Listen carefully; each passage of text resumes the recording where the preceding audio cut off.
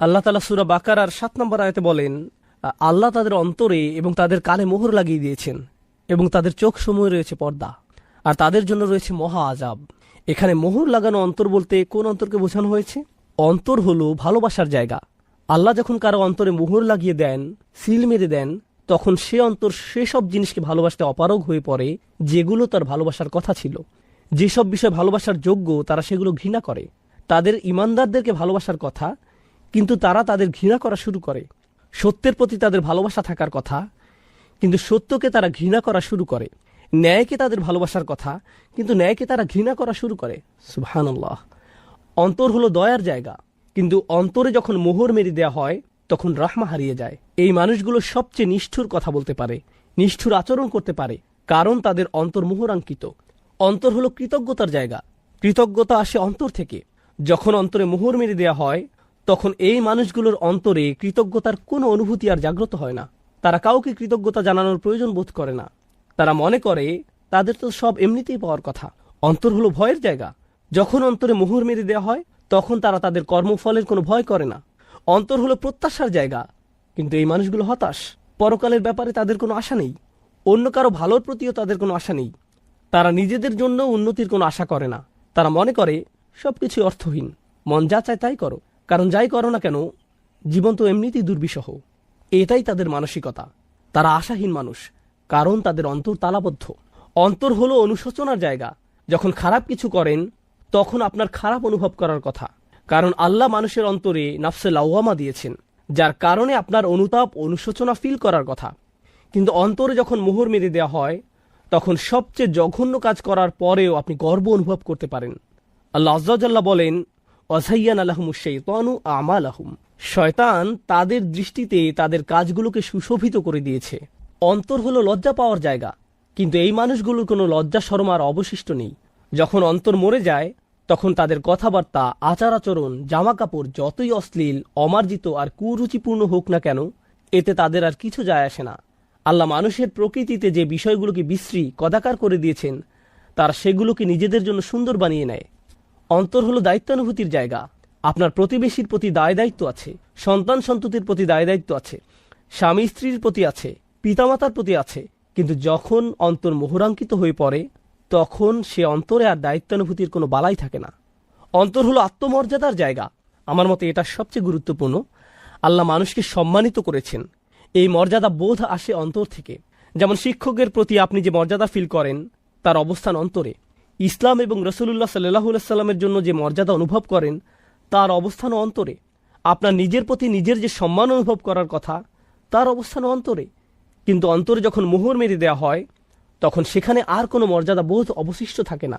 অন্য কারোর জন্য তো নয়, এমনকি নিজের জন্যও নয়। তাই আল্লাহ যখন বলেছেন তিনি তাদের অন্তরে মোহর মেরে দিয়েছেন, এটা কোনো ছোট সমস্যা নয়। ব্যাপারটা শুধু এমন নয় যে তারা ঈমান আনবে না, বরং সকল ভালো গুণ যা অন্তর থেকে আসার কথা তা হারিয়ে গেছে। সব কিছু, একজন মানুষের সম্পূর্ণ ফিতরাত তালাবদ্ধ হয়ে গিয়েছে। সুবহানাল্লাহ। এখানে যেন তেন মানুষ সম্পর্কে কথা বলা হচ্ছে না, এখানে কথা বলা হচ্ছে জঘন্য চরিত্রের মানুষ সম্পর্কে। এখন আয়াতটির প্রতি লক্ষ্য করুন। প্রথমে বলা হয়েছে তাদের অন্তরে মোহর মেরে দিয়েছেন, তারপরে বলা হয়েছে তাদের কানে মোহর লাগিয়ে দিয়েছেন।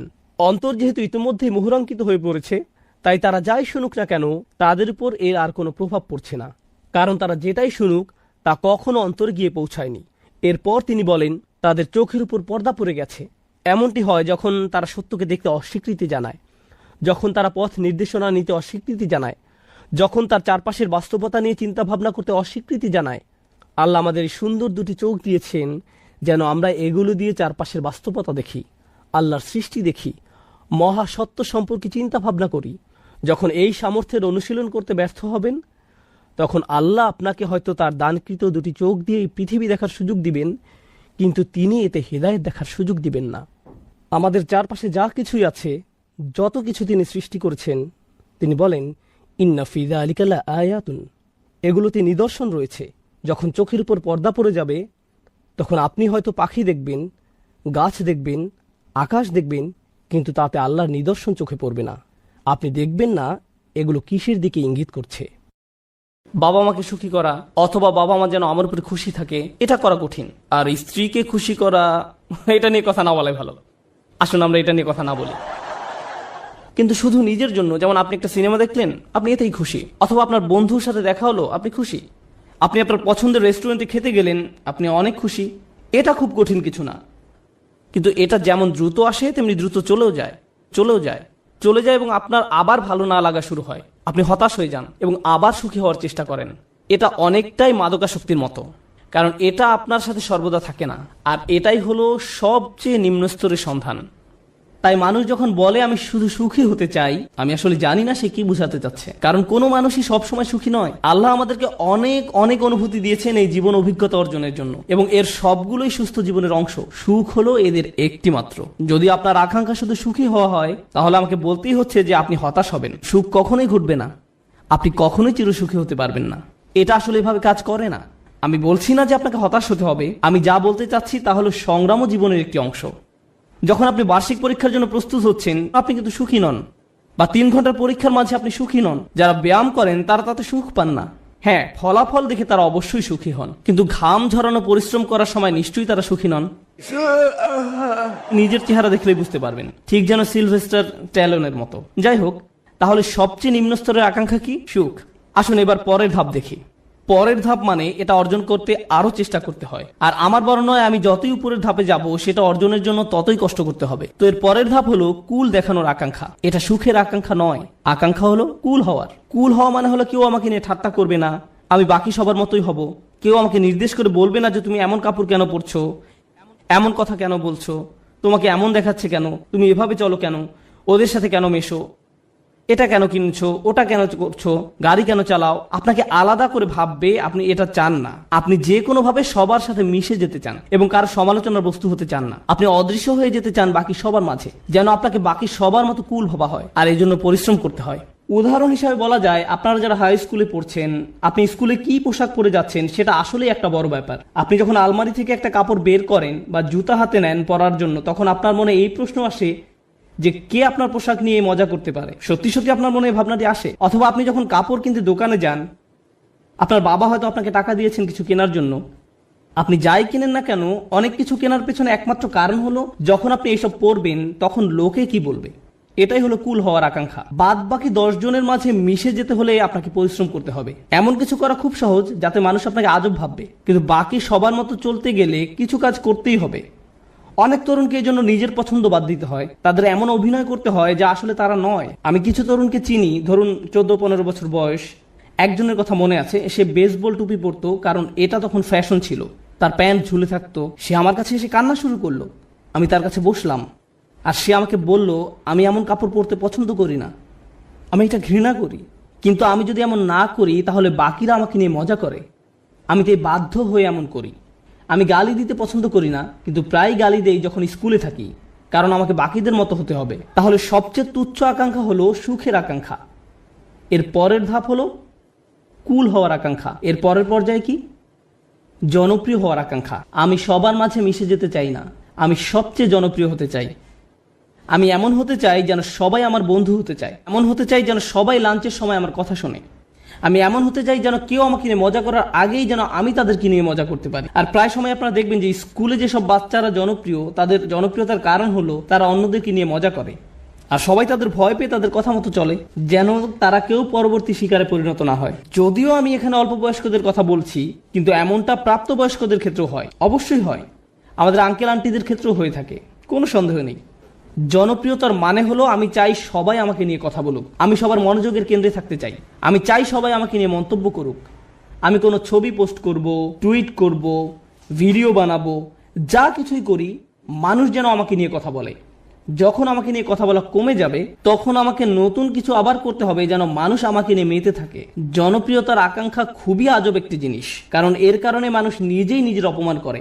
যেমন মিউজিক ইন্ডাস্ট্রিতে যখন এমন হয় কোনো শিল্পীর গান খুব হিট করলো, সবাই সেই গান ডাউনলোড করলো, তারপর যখন তার জনপ্রিয়তা কমে গেল তখন তাকে নিজেকে অপমানিত করতে হবে, নোংরা ভিডিও বানাতে হবে বা কোনো কাহিনী তৈরি করা যেন পত্রিকাগুলো তাকে নিয়ে মেতে থাকে।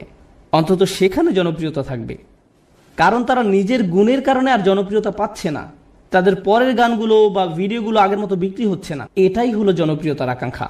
জনপ্রিয় হওয়ার জন্য পরিশ্রম করতে হয়, টাকা পয়সা খরচ করতে হয়, সময় দিতে হয়, নিজের ভাবমূর্তির জন্য কাজ করতে হয়, আর ভাবমূর্তি রক্ষা করাই তখন সবচেয়ে গুরুত্বপূর্ণ হয়ে যায়। সমাজে অবস্থান ধরে রাখাই তখন মুখ্য হয়ে দাঁড়ায়। এটা হলো পরের পর্যায়। কিন্তু এর উপরে আরও ধাপ আছে। এরপর এর উপরে রয়েছে আর এক ধরনের প্রচেষ্টা, সেটা হলো সম্মানের পেছনে ছুটে চলা। কলেজের ছাত্রদের কাছে এটা বেশি গুরুত্বপূর্ণ প্রাথমিক বা হাই স্কুলের ছাত্রদের চেয়ে। এইমাত্র আমি কি বললাম? সবার নিচে সুখ, তারপরে কি? কুল, সামাজিকতা, তারপর জনপ্রিয়তা। সম্মান মানে হলো আপনি আপনার নিজের সাথে এমন কিছু যুক্ত করতে চান যেটা অনেক মূল্যবান। আপনি মানুষকে বলতে চান, জানো আমি হার্ভার্ডে গিয়েছিলাম। আপনি তাদের বলেন না যে আপনি সেখানে সাপ্তাহিক ছুটি কাটাতে গিয়েছিলেন, আপনার বন্ধুর সাথে দেখা করতে গিয়েছিলেন। কিন্তু আপনি আপনার নিজের নামের সাথে একই বাক্যে হার্ভার্ড শব্দটা ব্যবহার করতে ভালোবাসেন। সত্যি কথা হলো, আপনি যদি হার্ভার্ডের নবীন ছাত্র হন, আপনি কি অর্জন করেছেন? কিছুই না। আপনি শুধু সেই ভার্সিটিতে পড়েন, কিন্তু আপনি নিজের নামের সাথে একটা সম্মানিত প্রতিষ্ঠানের নাম যোগ করতে পছন্দ করেন। নিজের নামের সাথে একটা মর্যাদাপূর্ণ ব্র্যান্ডের নাম যুক্ত করতে আপনার ভালো লাগে। আপনার নির্দিষ্ট ব্র্যান্ডের পোশাক পরতে ভালো লাগে। এবং যদি ব্র্যান্ডের লেবেল দেখা না যায়, আপনি অন্য মানুষের সাথে এমনভাবে কথা বলেন যেন তারা বাধ্য হয়ে প্রশ্ন করে আপনি এটা কোথা থেকে কিনেছেন। আপনি যেন বলতে পারেন যে এটা আরমানি ব্র্যান্ড বা এটা কিছু একটা, কারণ আপনি চান নিজের নামের সাথে সেই ব্র্যান্ডের নাম যুক্ত করতে। নতুন কোনো ব্র্যান্ডের গাড়ি বাজারে আসলে কোন গাড়ি আপনি চালাচ্ছেন, কোন ধরনের পোশাক আপনি পরছেন, কোন ধরনের মানুষের সাথে আপনি মিশছেন। সেলফি এজন্য তোলে না যেন আপনি তাদের মনে রাখতে পারেন, আপনি এজন্য সেলফি তোলেন যেন ছবিটা পোস্ট করতে পারেন, যেন অন্য মানুষ আপনাকে বেশি গুরুত্বপূর্ণ ভাবে, কারণ আপনি সেই বিশেষ ব্যক্তির পাশে দাঁড়িয়ে আছেন। এটা সম্মানের একটা ব্যাপার হয়ে দাঁড়ায়। ছবি তোলা যদি শুধু আপনার জন্য হয়, দারুণ ব্যাপার, কিন্তু এটা আসলে অন্য মানুষদের জানানো যে আপনি কতটা অসাম, অন্যদের সাথে মিলে কোনো কিছু অর্জন করতে পারার জন্য নয়। কিন্তু মুসলিম সমাজে অন্য এক ধরনের মর্যাদা আমাদের বাবা মারা অনেক সময় পান, আর তা হলো তারা তাদের সন্তানকে হাফেজ বানাতে চান। ও, এবং ডাক্তার। আর যদি হয় হাফেজ ডাক্তার, তাহলে তো কথাই নেই, তারা দিন ও দুনিয়া দুটোই পেয়ে গেছে। রব্বানা আতিনা ফিদ দুনিয়া হাসানা ওয়া ফিল আখিরাতি হাসানা, কাজ এখানেই হয়ে গেছে। কিন্তু তারা মানুষকে বলতে পছন্দ করে যে জানো সে একজন হাফেজ। কিন্তু দুর্ভাগ্যবশত এর জন্য আপনি আপনার সন্তানকে কোরআনে হাফেজ বানাননি। কিন্তু এমনটাই ঘটে থাকে। আমরা এখন কোন পর্যায়ে আছি? সম্মান। এটা অনেক বড় ব্যাপার হবে যখন আপনি আপনার প্রথম চাকরিটা পাবেন, হয়তো মাইক্রোসফট বা অন্য কোথাও, কে জানে। ধরেন আপনি বড় কোথাও চাকরি পেলেন, হয়তো গুগলে। তারা আপনাকে আপনার ব্যাজ দিবে, যেটা আপনি মসজিদেও পরে আসেন। যেন কেউ প্রশ্ন করে যে তুমি কি অনেক বেশি গুগল ব্যবহার করো যে তারা তোমাকে একটা বিশেষ ব্যাজ দিয়েছে, আর আপনি তখন বলার সুযোগ পান না না আমার সেখানে চাকরি হয়েছে। আপনি মানুষকে জানাতে চান যে আপনি কি অর্জন করেছেন। তাফাখুরুম বাইনাকুম, কোরআনে এটাকে এভাবেই বলা হয়েছে। অন্যদের দেখানোর ইচ্ছা যে আপনার কি মর্যাদা আছে। যাই হোক, আমি আবার একদম নিচ থেকে শুরু করতে চাই। প্রথমে কি ছিল? সুখ। দ্বিতীয়, সামাজিকতা। কুল। তৃতীয়, জনপ্রিয়তা। চতুর্থ, সম্মান। তার উপরে টাকার পিছনে ছুটে চলা। কিছু মানুষ আছে যারা সুখকে পাত্তা দেয় না, তারা সামাজিকতার কথা ভাবে না, তারা জনপ্রিয়তা চায় না, এমনকি সম্মানও নয়। একটা জিনিসকে তারা গুরুত্ব দেয়, আর সেটা হলো টাকা। তারা জানে কিভাবে অনেক টাকা উপার্জন করতে হয়। এই মানুষগুলো ময়লা জামা, পুরনো ছেঁড়া জিন্স পরে থাকে, 88 মাজদা মিয়াটা গাড়ি চালায়, কিন্তু এই সব নিয়ে তাদের কোনো ভ্রুক্ষেপ নেই, কারণ তারা মাসে $10 মিলিয়ন উপার্জন করে।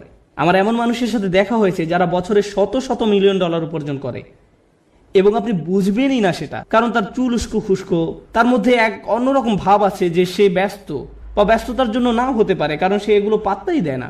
সে শুধু জানে কিভাবে ব্যবসা করতে হয়। ব্যবসায় সে একটা বিস্ময়, আর সেটা নিয়েই সে শুধু চিন্তা করে।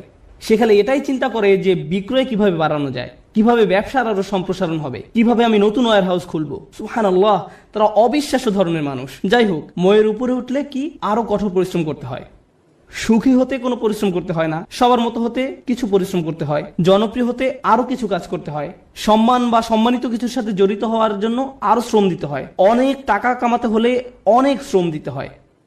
এক অবিশ্বাস্য রকমের কর্মস্পৃহা লাগে, তারা কোনো বিরতি নেয় না। এর উপরে উঁচু স্তর আছে। যাই হোক, আমি যখন বলছিলাম কিছু একটা করতে বেশি শ্রম দিতে হয়, যখনই আমি কোনো উঁচু লেভেলের কথা বলি, আপনাকে সেখানে যেতে বেশি কষ্ট সহ্য করতে হবে, আপনাকে যন্ত্রণা সহ্য করতে হবে সেখানে পৌঁছাতে, সুতরাং আমরা এখন টাকার উপরে লেভেলে আছি, আর টাকার উপরে সেই মানুষটা শুধু 1 নম্বর হতে চায়। তারা যে কোনো কাজে চরম উৎকর্ষতা অর্জন করতে চায়, তারা অন্যদের ছাড়িয়ে যেতে চায়। আমি শুধু আমার কোম্পানির প্রোগ্রামার হতে চাই না, আমি এই কোম্পানির শীর্ষস্থানীয় প্রোগ্রামার হতে চাই।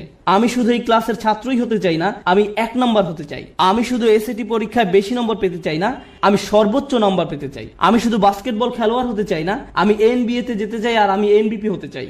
কখনোই খুশি হতে পারে না। তারা শুধু নিজেদেরকে আরো কঠোর পরিশ্রম প্রচেষ্টা চালাতেই থাকে, তারপরেও তারা নিজেদেরকে নিয়ে সন্তুষ্ট হতে পারে না। এই ধরনের মানুষরা তাদের কাজে চরম উৎকর্ষ অর্জন করতে সক্ষম হয়, সেটা পড়াশোনাই হোক, শরীরচর্চাই হোক, বা অ্যাথলেটিক হোক, তাদের কর্মক্ষেত্রে, তাদের গবেষণা যাই হোক না কেন, তারা তাদের শীর্ষস্থান অর্জন করা চাই।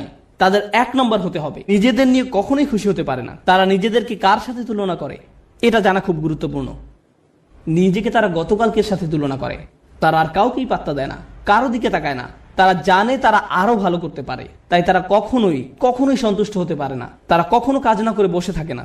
তারা সব সময় বলতে থাকে আমাকে আরো কাজ করতে হবে। অন্য সবাই হয়তো বলবে আপনি সত্যি বিস্ময়কর, কি চমৎকার কাজ করেছেন আপনি, তো তাতে কি, আমি জানি এর চেয়েও ভালো করার ক্ষমতা আমার আছে। তাই তারা মানুষের প্রশংসা, সুনাম কিছুকেই গুরুত্ব দেয় না।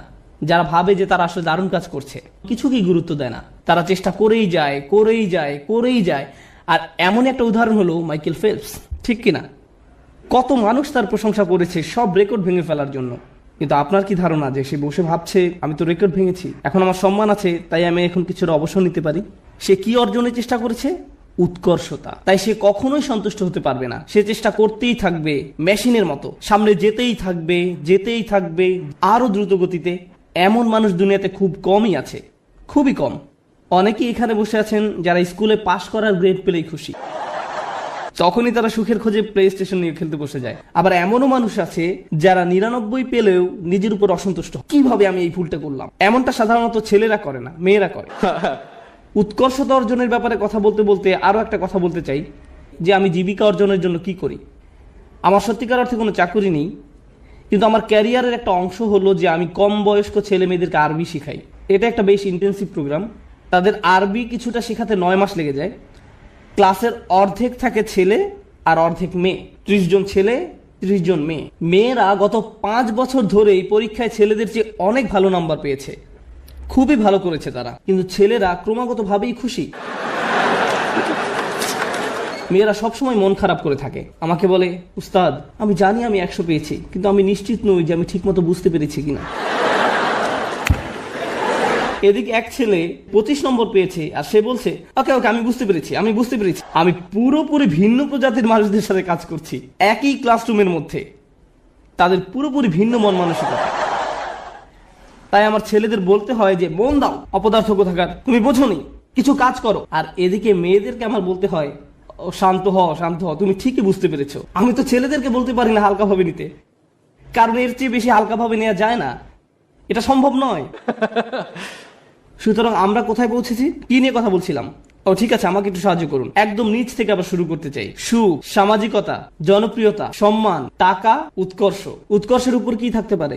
উৎকর্ষের উপরও একটা কিছু আছে, আর সেটা হলো প্রভাব। আমি কি পেলাম সেটা গুরুত্বপূর্ণ নয়। আমি গুরুত্ব দেই না যদি আমি অন্যদের চেয়ে বেশি টাকা উপার্জন করি। আমি পাত্তা দেই না যদিও আমি 1 নম্বর, আমার কাছে সেটা গুরুত্বপূর্ণ নয়। আমি অন্যদের জন্য কিছু করতে চাই, আমি একটা উত্তরাধিকার রেখে যেতে চাই। যখন আমি চলে যাব দুনিয়ার বুকে আমি আমার চিহ্ন রেখে যেতে চাই, যে আমি কিছু একটা করেছি যেটা এই জায়গাটাকে অন্যদের জন্য আরো ভালো জায়গায় পরিণত করেছে। আমি প্রভাব বিস্তারকারী ব্যক্তি হতে চাই অন্য জিনিসের উপরে এবং অন্য মানুষের উপরে, আমার চারপাশের পরিবেশের উপরে। আমরা এখন অমুসলিমদের কথা বলছি, আমরা এখনো বিশ্বাসীদের কথা বলছি না।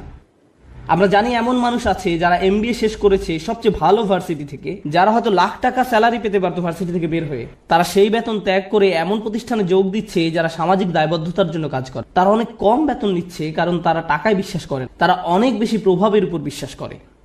তাই তারা বরঞ্চ এমন প্রতিষ্ঠানের সাথে কাজ করছে যারা শিক্ষা পদ্ধতিকে পুনর্গঠন করতে সাহায্য করছে। বা কোনো ডাক্তার যে হয়তো অনেক টাকা উপার্জন করতে পারতো, যে রেসিডেন্সি শেষ করে কাজে যোগদান করতে প্রস্তুত, সেই সময় সিদ্ধান্ত নিল যে সে 3 বছর ডক্টরস উইদাউট বর্ডার্স NGO-তে কাটাবে। আপনি এমনটা শুনেছেন কখনো? আপনার জীবনের ঝুঁকি থাকে এদের সাথে কাজ করতে।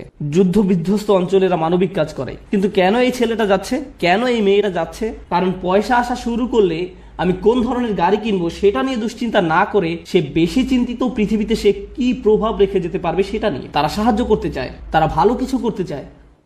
আর এই ধরনের নিঃস্বার্থপরতা খুব কম মানুষেরই থাকে। এই মইয়ের যত উপরে আমরা যাই ততই কম মানুষ আপনি পাবেন। আর তারা বিস্ময়কর মানুষ। তারাই হচ্ছেন সেই মানুষ যারা দুনিয়া